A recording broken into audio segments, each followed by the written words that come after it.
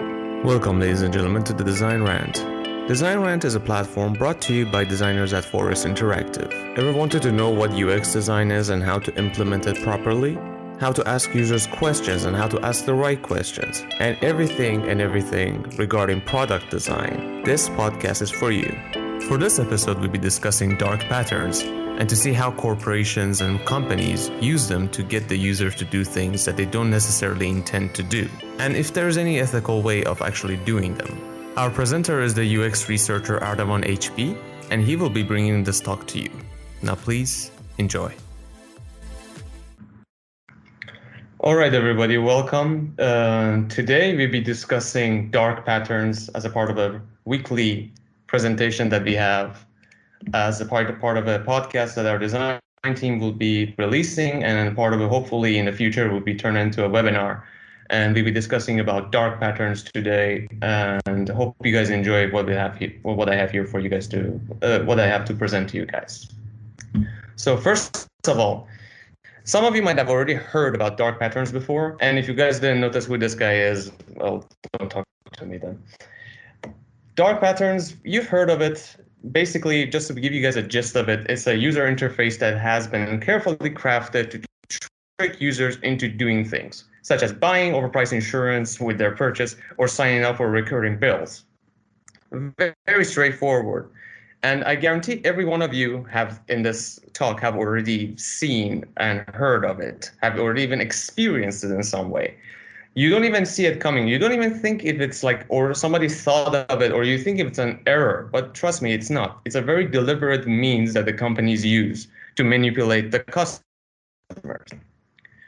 This guy, Harry Bernal, he's a UX designer, and he's actually dark patterns in a website known as darkpatterns.com, where he tracks down every company that uses these, some to a degree unethical practices to manipulate the users. He says when you use the web, you don't read every word on every page. You skim, read, and make assumptions. You scan it basically. If a company wants to trick you into doing something, they can take advantage of it by making a page look like it's saying one thing when in fact it's saying another. You can defend yourself against dark patterns on this site. It's very true. You see these, if you have, I will give you a few examples here today, because there isn't much of a philosophy that I can go through about regarding what dark patterns is. The best is, and what I'm going to here talk about with you guys is they do how they use them. Let's begin. There are types of it. You encounter it every day on daily basis. Every website has one form of it. I mean, every major websites have one form or another of it. Basic one, the sneak into the basket one. Now, what is sneak into the basket? You've seen it when you encounter you go to purchase something from a website. Example of it would be, an explanation of it would be, you attempt to purchase something, but somewhere in the purchasing journey, the site sneaks an additional item into your basket, often through the use of an opt-out radio button or checkbox on a prior page. You do not see it. You don't see why did the $5 basket that I ordered I have to check $5. Well, then you realize, oh, they're also giving you a piece of fruit or a mug, but you didn't ask for it, but it's already been placed there for you. So you have to go and uncheck it. Great example of it, as you see, is GoDaddy. I'm a subscriber to GoDaddy. I use GoDaddy I bought my domain from GoDaddy, and at first I was like, man, like $5 for my domain. Why is that so cheap? The second you move to another page, it's like, wait, why am I paying $70 for? I thought that's what I'm gonna pay for. Then you realize, oh, it's added another year. It's added some sort of a security protocol for your domain. Yada, yada, yada. But the thing is, I never asked for it. I just wanted to get my domain. So if I uncheck them, I just want my $5 domain. I don't want the $12 that's going to be additional to it. Why did you give me that? This is very unethical to do. This puts people off. Do not ever use this in any shape or form, and be aware of them. How do you do it better? Just don't do it at all. Don't do it. It's not a good thing to do for a user. A user will be like user will think you're a crook. That's not something you want to have with your users. Offer the option to add on, but do not add them yourself. Some websites do that. Some websites allow you to. I think Amazon does that to a certain degree when it gives you an additional option where it tells you, hey, on top of the thing you've already bought, maybe this will go well with it too. Do you want to add that? Now that's good because now I have the option. Give people the option and the means to choose their fate throughout the purchase.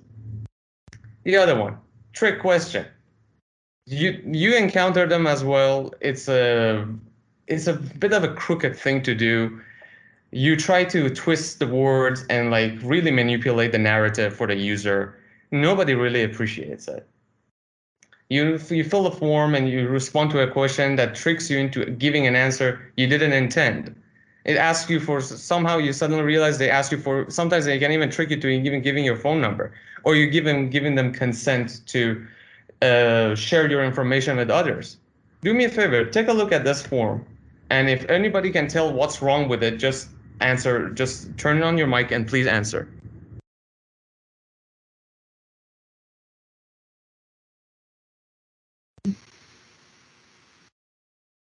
Yes?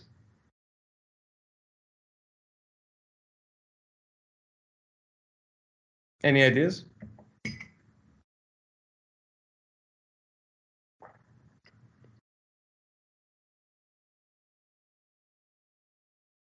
No idea? Shall I move on? Shall I tell you? 5, 4, 3, 2, 1. Look at these two options here. Please do not send me details on products that offers and offers from currys.co.uk. What does the second option say? Please send me details of products and offers from third-party organizations recommended by currys.co.uk.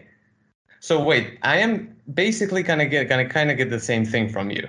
I don't want anything. Why are you twisting my arm into sending me stuff? I do not want to have any interaction with you off this interaction here. Why are you making me do this? Trick question is not just in a form of like checkbox. You can manipulate the words into sounding different. You guys can go to mirror.co.uk. Nowadays, any websites that you go to, you have to choose your cookie settings. And immediately they try to force you into accepting or denying certain cookie settings. Mirror has one of the interesting ones I've seen so far. Because here, what you have here is basically, it says you have the privacy setting and everything, a very, very long description of what the privacy is, and it says accept and more option. If you're like me, you want to go to more option because you don't want to share all your information with the other person. And keep in mind, when one dark pattern is used, multiple of them can be used as well. It's not supposed to be like you can only do one thing. They're all go hand in hand together. Once you click on more option, what you encounter is basically you have the what you want to share, basically. What are the things that you're okay with sharing? Do you want to add performance? Do you want to select a specialized content? Another dark pattern for you to see. If you look at the bottom of the page, you have the agree to all and you have the agree to all in big white. You have it in gray, agree to selected. Less use, it's like less valued. They really try to get you to agree to it. Then you have two options on the left. One is called legitimate interest and one is called partners. And they're not highlighted. They're just written in regular font, placed on the left side. If you don't pay attention, you might even think it's just part of a HTML writing that's like a copyright writing that you have at the base of a site if you don't pay attention to it. But if you look at it, they're clickable, but they're not highlighted for you to click on it. Why? Well, I click on partners, I click on legitimate interest, for example. Then I have a whole other list of content that they're asking me to share, if I'm okay to share and I'm not okay to share. And interesting enough, this part, instead of having turn it off and turn it on, is asking me to object. Now, legally, this is the way they twist the words. I am objecting, but does that mean my objection is accepted? By using the term object, is it gone or is it not gone? If I and a bunch of other people try to sue the company, they can use the same terminology and to twist it around and send it back to, basically throw it back into our face and be like, no, you objected, we didn't accept it. We didn't ask you to turn it off. You objected, we heard you, but it doesn't tell me a legitimate answer if the information that I said is accepted or not. And here it gives you, upon clicking objection, you have remove objection and you have the term objected there. So the website is twisting the words and try to really, it's like, this is like a lawyer looked at this website and was like, I know how to go about this. How do you do this? How do you do it better? How do you do it if you want to implement such a thing?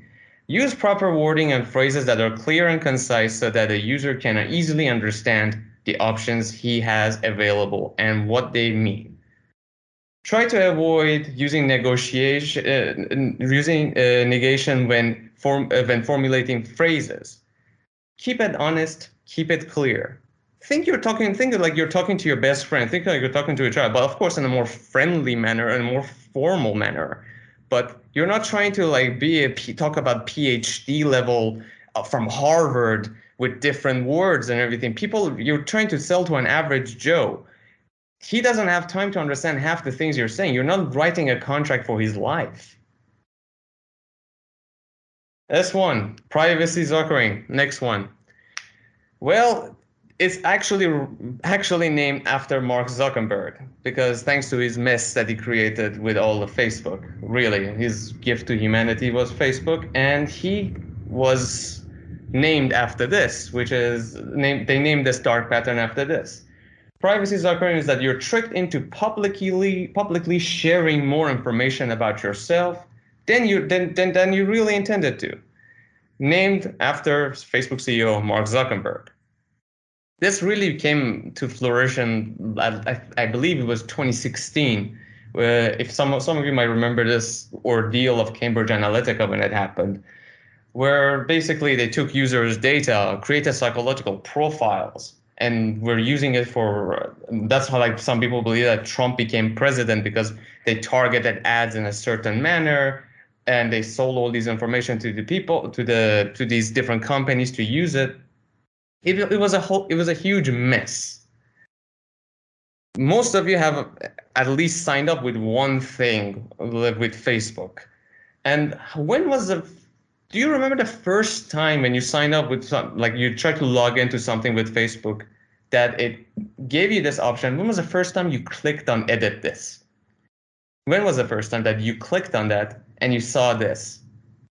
It's like, hey, AJ, like this is a stalker what the stalker would do. Hey, AJ, I'm here to sell you. You want to buy a candy from me? You want to buy this couch from me? Fantastic, man. I'll sell you the couch, but I'm gonna require to know all your friends, your email address. I need to know when you're born. I like to know where you live. I like to know the things you like. I'd like to know where you go. I like to know everything about you. It's like, isn't that a creepy thing? It's like, hey man, I just want to buy a couch. What's up? It's like, you're already obsessed with me. What's up with you, man? Unfortunately, the information sharing and data brokers are now like $1 billion industry. Data broking is a $200 billion industry. A cost for 1,000 people. Health conditions like anorexia, substance abuse, or depression, a cost of a list of 1,000 per people. If you want to buy 1,000 people's list that has these conditions, $79 in the market. There's $89 for email addresses over time. Consumers, there's a 43% of data brokers allow the consumers to opt out for free. There's a $8 for amount per month of data paid customers for access to their social media accounts and credit card transaction data. All of this is in the clouds. There are companies that are sucking them out of your computer and your personal data, and they're selling it to many others. It's an ongoing thing. America and Russia and China, all these companies, all these countries are like big into this, because you have to, if having these data, you basically can control how people, you can almost control what people think. This is almost a 1984 scenario, basically. If I know everything about you, and I can determine how to work toward you, determine how to manipulate you, how to do it better. Believe it or not, there's a way to how to do it better. Get users to read the terms and conditions and privacy policies. Use specific wording to suggest to users how important terms and conditions and the privacy policies is. Turn the important points to a checkbox and make users tick them to proceed. Imagine like you have an application that you want to have, you have specific terms and conditions to it. You can either bury that somewhere for the user can see, or you can be honest, give it to the users upfront in like 3 bold lines written in crystal clear English. As I mentioned here, do you speak English? Can you speak English? Say it in English. When you read the terms and conditions, it needs to be coherent. People, not everybody are going to be able to understand everything you're saying to them. And give it to them, give them a checkbox, let them accept it, let them think about it, give them options. We're talking about wording. I'm asking you to read these 2 lines and think who said them. Raise your hand when you think, when you see who, shit, I gave it away. Sorry, I gave it away. But yeah, these 2 lines have been written in 2 different ways. We have Barack Obama, in any event that proves to be hostile towards our troops, I will utilize the means provided to me by military to neutralize the threat. And then we have Donald Trump. I'm going to bomb the shit out of them. Not professional at all, but far more coherent than the one on the left. And that was part of his popularity. Why people like Trump? Because not everybody, I'm like, come on, dude, tell me what you need in the shortest way possible. I don't need 4 lines. Well, you can give me 1. And I'm a truck driver driving from 6 in the morning to 10. Why are you talking to me like this? Well, I can't understand it. This was why Trump won. I firmly believe, because even people were saying well, at least I understood him. There was a term when he won, everybody were saying, well, at least I could understand what he says. At least he's honest. I don't like Trump, but I got to give him credit. This shift between all of this mess of words, of big words, of trying to dodge to tell something to the users while you can say something very short and precise is key. You need to be different from other, if you're designing something, you need to be different from other products. Do not store, finally for this, because this is a bit of a touchy subject, there's a bit more for how to do it better, is to say, do not store any unnecessary personal information, only the essentials to ensure the necessities of running your service. Be privacy-oriented by design and place the user's privacy in your top objectives when conducting business. Simple, you need to hit this. And if you hit it, people will trust you. And trust is the biggest commodity you can have in any business. Another one, confirm shaming. Confirm shaming, what is it? Well, to put simply is that you're guilting the users into opting into something. It's a very cheap way of doing something, basically. It's very cheap. You're trying to guilt them into do the action that you want them to do, and you shame them. Some of you use Duolingo, some of you go to Zalora, some of you go to, I don't believe Lazada has that, but Zalora is another example of this. When you try to get out of it, look what Duolingo Birdie says here. It says, learn Italian today or he will eat a poison loaf of bread. But I don't want to learn Italian, man. I'm busy.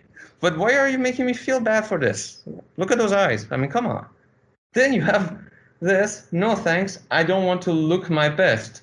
That's a snarky way of like talking to me. That's like, why are you being so passive aggressive, for God's sake? But it's not proper to have that with your user. User will be like, I mean, come on, dude. Why are you doing this? It's not, I don't believe it has a high rate of working, but like a high rate of functionality. I don't think it really forces people to do it. It might for some people, but it's not fun to do. It's not something good to do. Best how to do it better, just don't be cheap, be confident. You don't need it. Really, you don't need it. If your brand is good, you know what you're doing. That's like how much money really do you need that you feel the need to do this to another user? Just be confident. They'll come back when they want to come back. If you really do need it, though, if you want to try to get them to do something, don't shame them, shame yourself. So say sorry that I couldn't serve you properly. Sorry that I couldn't provide you the thing that you needed. Something like that. Forced continuity. This one doesn't even need an explanation. This meme pretty much sums it up. Most of us goes to a website that says, give you a free trial. You're like, yeah. And then it asks you to put your credit card details in, and you don't really want that now, do you? Best one, Audible. You're getting a free Audible book. Fantastic. I fell victim to this stupidly. When you go into the website, they ask you for your credit card. I did put my credit card in, and then I got charged. Not only that I couldn't get my book because Audible services in Malaysia is such and such and such, I couldn't download a free audiobook. And I didn't realize, I thought if I opt out and I get out of the website and not purchase anything, they're not gonna charge me. So my credit card is gonna be there, but they're not gonna charge me. Stupidly, I thought that. At the end of the month, suddenly I got a message. Money is there was about 30 ringgit out of my account. It's like, wait, what the hell? And then realize Audible renews it monthly. And here's the thing. They don't even highlight it as such. They have it here. That's it. So you don't realize that after a certain period of time has, that this is what they're gonna do to you. How to do it better? Do not decide for the users if they want to subscribe or not. Ask them. Just ask them. If they're interested, they will. Users prove that they're not dumb. If they like you, they'll let you know. And if they hate you, by God, they'll let you know too. The disabling or enabling of the subscription needs to be a click away. I know some of the UX designers might not be okay with this, but yes, you need to have it in a place that users can see it, can feel secure about it, and should be very, very easy. They need to be able to get out of it when they want to. Notify the users when the payment is due in a week, lead up to the date a few times. Let them know up until the day you're going to charge them that their time is coming up, and you're going to charge them at the end of it. They'll appreciate it a lot more to know, and most probably they will try to cancel it. But it's much better to be associated with a company that you charge them for nothing. Next one, Roach Motel. A lot of big companies practice this. Most people heard of this. Amazon uses it. It's not a real, as I said, it's like all these dark patterns as I was researching them, none of them are pleasant. None of them are there any way that, all of them, when you find how shady they are, they're very unethical, how unethical they are. You leave a bad taste in your mouth. Roach Motel is that you get into a situation very easily, but then you find out how hard it is to get out. Premium subscriptions, Amazon, for example, just go and try to cancel. The best case of it is Amazon. Go and try to cancel your account with Amazon. See how long that takes you. At the end, you have to talk to the customer service to cancel your account. Here's a basic example of a Roach Motel, and here's what the UX designers try to do for you. UX designers is basically try to get you from one point to the next. You have maybe take you around and give you a tour of the place and then let you out of it. But at all times, you need to feel secure. Roach Motel is this. It's going to be so hard for you that you're going to give up halfway through. They try to make you give up. An example of Roach Motel. Does anybody know what off Facebook activity is? Please turn on your mic and answer if you hear us, if you know what it is. Anyone?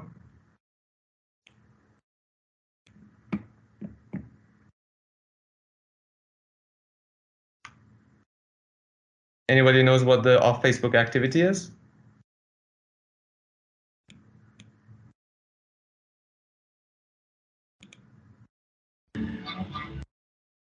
Yes. No one's answering. No one's answering. I thought my internet connection is broken. No, you're doing fine. Just continue. Everyone's just on the Friday high now. Probably so.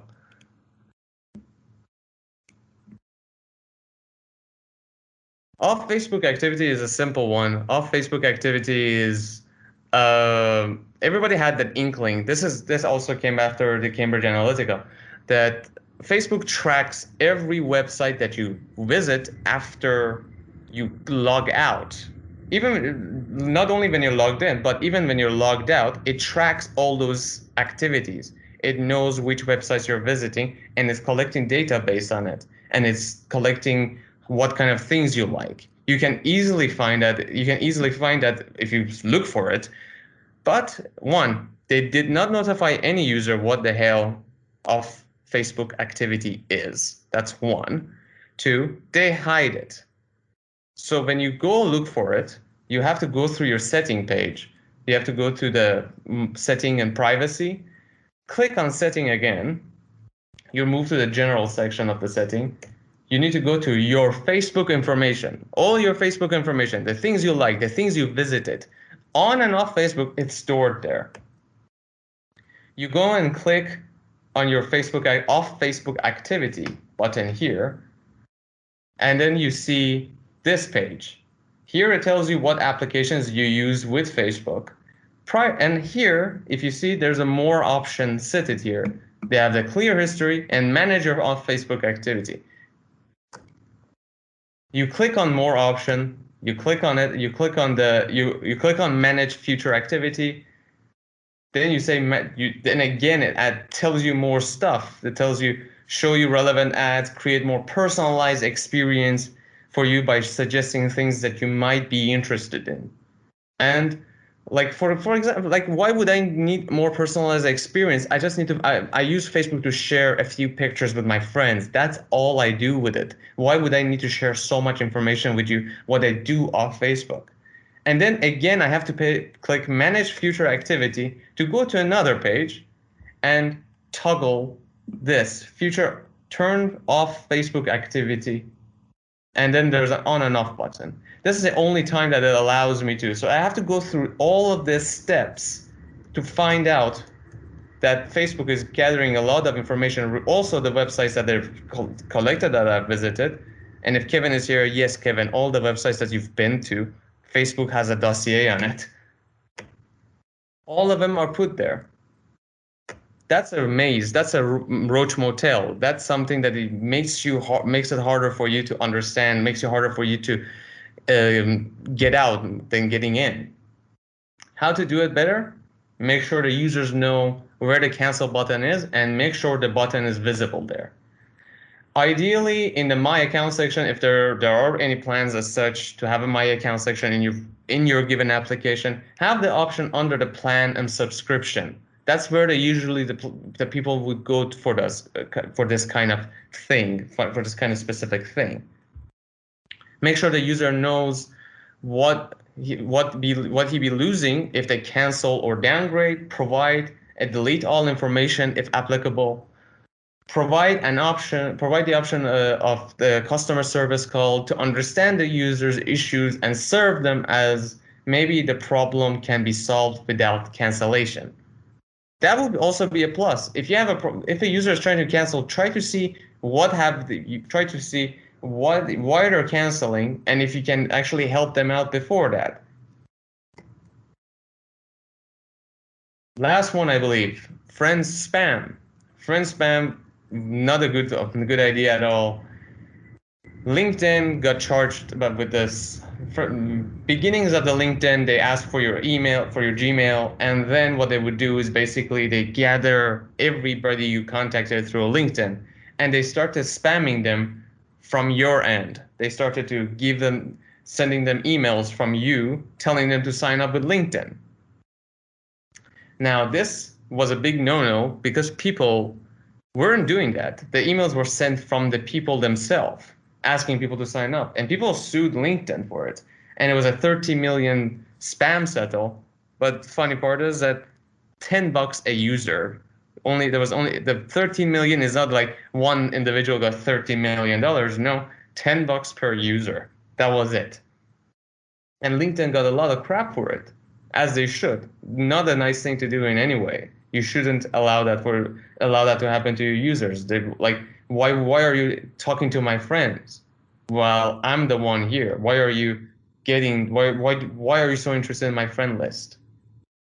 Not a nice thing to do at all. How to do it better? Never do it. Never do it. Get the users to do it for you. Market it to them. Advertise it to them. Try to be better at it. And get them to do it for you. If they like it, they'll refer you. Don't worry about that. If you're good, they will do it. And if you're bad, well, that won't happen. But never do something like this because there's some serious consequences and people can actually sue you for it. Conclusion. Might sound a bit quirky, but this is true. In an era where lies and user manipulation is a common practice, the way to stand out is telling the truth.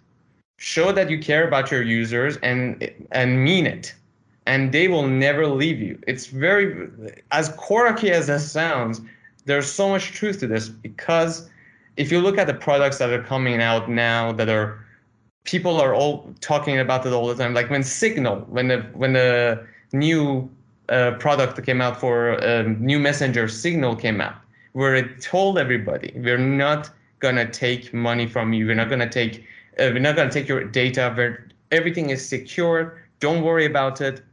People transitioned to Signal in a heartbeat because WhatsApp was doing some shady things with their privacy policies. And people trust Signal, they move to Signal.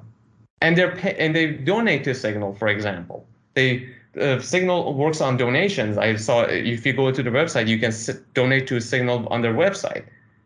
But they don't screw with their user base. They tell the truth to them, and as I said, as quirky as it is, because everyone are just so shady nowadays, being truthful really makes you a knight in shining armor. People will be like, man, I might not be able to get everything like they're giving, but I will try to go and use this. Some people are now using DuckDuckGo. It's not as commonly used as Google, of course.